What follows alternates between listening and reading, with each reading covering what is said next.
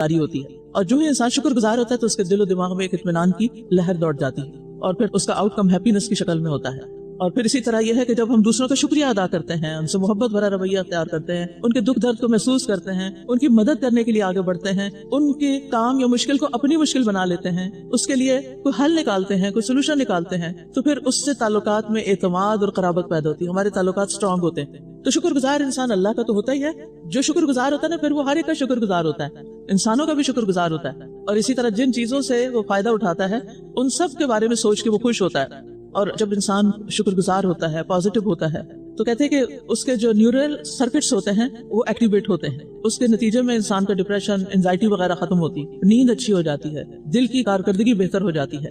تو اس سے پتہ چلتا ہے کہ تکلیف میں ہمیں مثبت جملے ادا کرنے چاہیے، ٹھیک ہے، نہ صرف یہ کہ دوسروں کے ساتھ بلکہ خود سیلف ٹاک بھی ہماری پازیٹو ہونی چاہیے۔ یہ جو ہم اپنے اندر باتیں کر رہے ہوتے ہیں نا اپنے آپ سے، اپنی ذات سے، اور پھر اسی طرح جب ہم چیزوں کو ایکسپٹ کر لیتے ہیں، جب ہم ان کو اپنے لیے اچھا ہی سمجھتے ہیں، تو ان سب سے ہمارے ذہنی دباؤ کم ہوتا ہے۔ جب ہم ان کو اپنے لیے مشکل سمجھتے ہیں تو اس سے ہمارا ذہنی دباؤ بڑھ جاتا ہے، سٹریس بڑھ جاتا ہے۔ تو بہرحال پازیٹو مائنڈ سیٹ جو ہوتا ہے وہ زیادہ بہتر کام کرتا ہے، یعنی ایسا انسان جس کا پازیٹو مائنڈ سیٹ ہوتا ہے اس کی کارکردگی بہتر ہوتی ہے، اس کی پروڈکٹیوٹی بہتر ہوتی ہے، اس کی دماغی سرگرمی میں اضافہ ہوتا ہے، زیادہ اچھے خیالات اس کے اندر آنے لگتے ہیں، اس کو مسائل کے حل نظر آنے لگتے ہیں۔ تو جو ہی اس کا تناؤ کم ہوتا ہے اس کے اندر خود اعتمادی بھی آتی ہے، مزاج میں بہتری آتی ہے، کارکردگی بہتر ہوتی ہے، روزمرہ کے چھوٹے چھوٹے ٹاسک تو آسان لگتے ہیں یا بڑے بڑے مشکل ٹاسک بھی آسان ہو جاتے ہیں، یعنی وہ اپنے آپ کو سیلف میں انشاءاللہ ٹھیک ہو جاؤں گا، یہ تو کوئی بڑی بیماری نہیں، ٹھیک ہو جاؤں گا، میں ٹھیک ہو، وہ فلاں بھی ٹھیک ہو گیا تھا نا، فلاں بھی، میں بھی ٹھیک ہو جاؤں گا، یعنی اپنے اندر اپنے آپ کو یہی یقین دلانا کہ ایک چھوٹی سی بیماری ٹھیک ہو جائے، تو بس تھوڑی دیر کی بات ہے،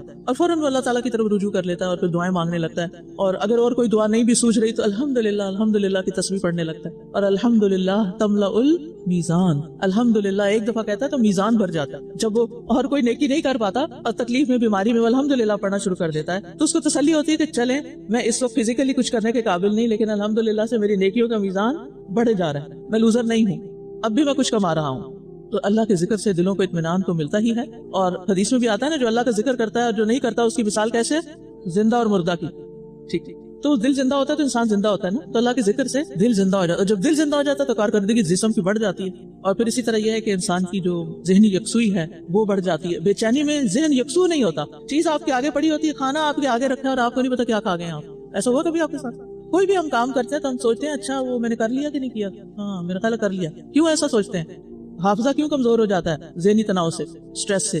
کیونکہ ہم اس چیز میں نہیں ہوتے جو کر رہے ہوتے ہیں، کہاں ہوتے ہیں؟ ان خیالات میں ہوتے ہیں جو ہمارے اوپر پہاڑ لادے ہوئے ہوتے ہیں، اور جب وہ ہٹتے ہیں تو پھر انسان زیادہ بہتر طور پر کام کر پاتا ہے۔ ابھی جو آپ نے کہا نا کہ جب تناؤ میں ہوتے ہیں تو ہمیں کچھ سمجھ نہیں آ رہا ہوتا، تو بیسیکلی اس وقت ہماری بریدنگ بھی شیلو ہوئی ہوتی ہے، ہمیں آکسیجنیشن بھی نہیں ہو رہی ہوتی، ہمارے برین کو جو اتنی آکسیجن چاہیے وہ مل بھی نہیں رہی ہوتی، وہ فنکشن نہیں کرتا صحیح۔ ایک تو یہ بات، دوسری یہ کہ ہم دیکھتے ہیں قرآن میں اللہ تعالیٰ نے ہمیں بہت پازیٹیو کیا ہے، مختلف آیات ہیں جیسے آسان تکرہوا شیئا وہو خیر لکم، آسان تحبوا شیئا وہو شر لکم، وآسان تکرہوا شیئا ویجعل اللہ فیہ خیرا کثیرا۔ حضرت عائشہ کے واقعے میں ہم دیکھتے ہیں کہ اللہ تعالیٰ کہتے ہیں اس میں تمہارے لیے کوئی بہتری ہو، ہر جگہ پہ پازیٹیو کیا ہے، تو اللہ تعالیٰ چاہتے ہیں کہ ہم پازیٹیو ہو جائیں۔ جنگ احد میں مسلمانوں کو ناکامی ہوئی تو وہاں بھی شکر کی بات ہوئی، وہاں بھی اس کو کہا کہ برا نہ سمجھو۔ میں سوچ رہی تھی سادہ جی کہ جب پریشانی ہوتی ہے نا تو ہم یہ پڑھتے ہیں لا الہ الا اللہ العظیم الحلیم، لا الہ الا اللہ رب العرش العظیم، وہ انکانشیسلی ایک دم آ جاتا ہے، تو وہ مجھے آج میں اس کو ریلیٹ کری کہ ہم وہ میں تعریف کر رہے ہوتے ہیں، سبحان اللہ، اللہ تعالیٰ کی تعریف کے پریشانی اور گھبراہٹ میں آپ وسلم یہ پڑھا کرتے تھے، تو میں فوراً اس کو آج دیکھتی ہوں کہ آج سمجھ آئے کہ اللہ کی تعریف فوراً اور کتنا سکون مل جاتا ہے اس کو پڑھ کے ایک دم سے۔ آپ دیکھیے کہ جتنی بھی رنج و غم کی دعائیں ہیں ان میں اللہ کی تعریف ہے، اللہ اللہ ربی لا اشرک بہ شیئا، اور اسی طرح یہ دعا جو آپ نے مینشن کی۔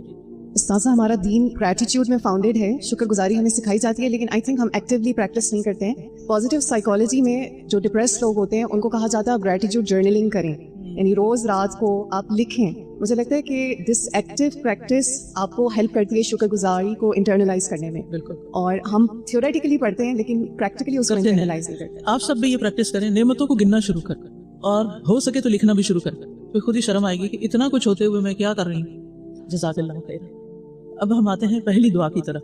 سبحان اللہ وبحمدہ، پاک ہے اللہ اپنی تعریف کے ساتھ، یعنی ہم اللہ تعالیٰ کی پاکی بھی بیان کرتے ہیں، وہ ہر عیب اور نقص سے پاک ہے، اور اس کی تعریف بھی کرتے ہیں۔ رسول اللہ صلی اللہ علیہ وسلم سے سوال کیا گیا کون سا کلام افضل ہے؟ آپ نے فرمایا جو اللہ نے اپنے فرشتوں اور اپنے بندوں کے لیے چنا، سبحان اللہ وبحمدہ، اور ویسے بھی کوئی دعا مانگنے سے پہلے ہمیں کیا کرنا چاہیے؟ اللہ تعالیٰ کی حمد و ثنا کرنی چاہیے۔ ابن قیم رحمہ اللہ کہتے ہیں کہ دعا میں مستحب ہے کہ دعا مانگنے والا اپنی حاجت مانگنے سے پہلے اللہ کی حمد و ثنا کرے۔ جو اللہ کی حمد و ثنا کرتا ہے وہ اللہ ہی کو پکارتا ہے، یعنی دعا سے پہلے حمد و ثنا کرنے والا اپنے لیے دعا ہی مانگ رہا ہوتا ہے اور اللہ کی رحمت طلب کر رہا ہوتا ہے۔ آپ کو یاد آیا پہلے دن کا سبق، دعائے عبادت اور دعائے مسئلہ۔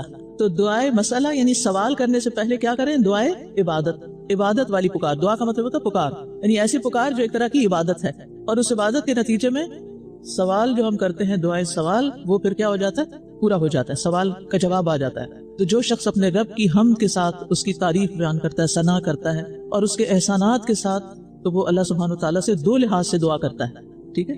یعنی وہ اللہ سے اپنے لیے جو کچھ بھی مانگ رہا ہوتا ہے اس کے ساتھ ساتھ وہ اللہ کی رحمت طلب کر رہا ہوتا ہے۔ قرآن مجید میں آتا ہے هو الحی لا الہ الا هو فادعوه مخلصین له الدین الحمدللہ رب العالمین۔ وہ زندہ ہے، اس کے سوا کوئی معبود نہیں، بس دین کو اسی کے لیے خالص کرتے ہوئے اسے پکارو۔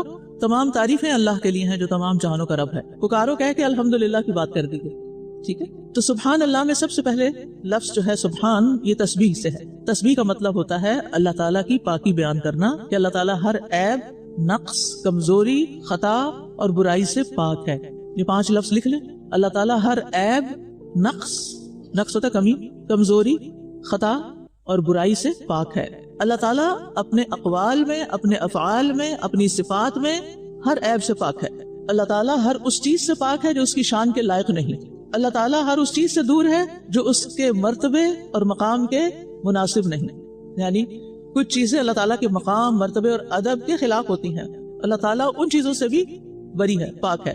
اب تکلیف، بیماری اور مصیبت آئی ہے اور ہم کہہ رہے ہیں سبحان اللہ و بحمدہ، کہ اللہ تعالیٰ آپ میں تو کوئی عیب ہے ہی نہیں، کوئی کمزوری ہے ہی نہیں۔ اس کا مطلب کیا ہے؟ کہ اگر ہمیں کوئی تکلیف پہنچی ہے تو ہماری اپنی کوئی غلطی، وجہ، قصور، کوتاہی ہو سکتی ہے، آپ کی کوئی غلطی نہیں اس میں، آپ نے ہمارے ساتھ ظلم نہیں کیا، اور اللہ تعالیٰ اس سے پاک ہے کہ وہ کسی کے ساتھ کوئی ظلم کرے، وہ ذرے برابر بھی ظلم نہیں کرتا۔